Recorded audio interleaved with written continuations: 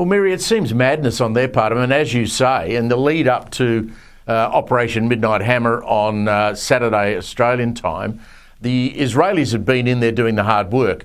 And the Air Force has done an extraordinary job. You'd taken out a number of the leaders of the Islamic Guard. You had taken out some of their anti-missile batteries, destroyed their missile stockpiles. What the hell do they think they're going to achieve by again igniting this? I mean, it just shows that they're determined to destroy Israel. It makes no sense. It doesn't make rational sense to you and to me. It perhaps makes rational sense to a regime that actually had in the main central location of Tehran a clock that was showing the countdown to the annihilation of the state of Israel. We destroyed that clock day before yesterday, and I'm sure that they will put it back up again. This is about ideology. It's about the regime's ideology that is enacted through the Iranian Revolutionary Guard, through their air and space, which means the missiles and drones. I don't think that I know how to change their ideology. We don't know how to do it through our military capability, but what we can do is deny them that offensive, illegal, horrific capability that they've built and add into it. We can deny them the capability to resupply the proxies. Take note, Hezbollah sat around for the last 12 days and did nothing as the other allies or those proxies. And this is part of our campaign. I'm sitting here, I'm not willing to go back to what was before,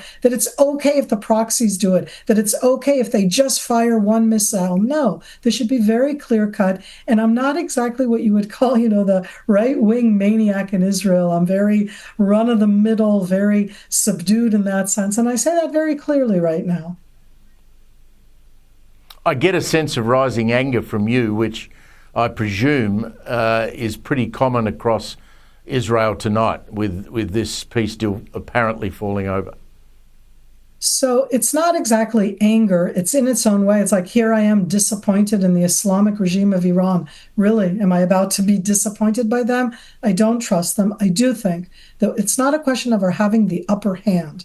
When I say air superiority, and this is something which means that we right now can go and attack anywhere inside the Islamic regime or their proxies for that matter.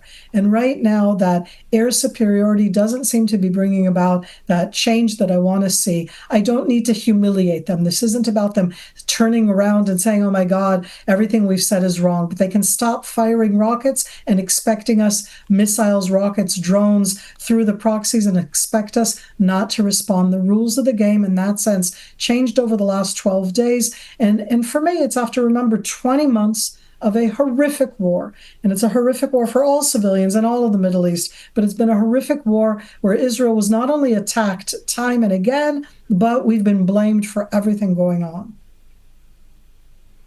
Miri, you and I are not about to be able to predict what Donald Trump might now do.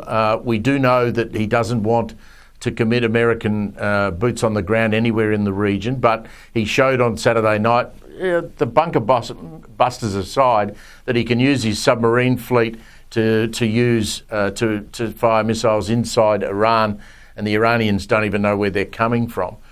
If we had to predict what Donald Trump might now do, what do you think? I don't think that the Iranians attacked a U.S. site in that sense when they did so yesterday in Qatar. You know what? Now I'm going to do what I don't always do and try to predict Donald Trump. As you said, too difficult to predict. I think that he would respond more because the U.S. was attacked, but he announced a ceasefire. And now it wasn't the U.S. that was attacked, it was Israel. This is about the rules of the game between the Islamic regime, Iran, and Israel. I think that that's what Israel wants to state very clearly. It can't be that it's okay to attack Israel and then everybody says, no, but there's the ceasefire. No, we're not going to allow that again. We've lived with that against Hamas, against Hezbollah, the different proxies. I don't think we'll allow it again. So I don't think that they'll respond. I think that we will. And again, I don't know any of this. This is all speculation. Good speculation and very sensible. Miri Eisen, really nice to catch up with you in Tel Aviv. Keep your head down, keep safe. Thanks for joining us.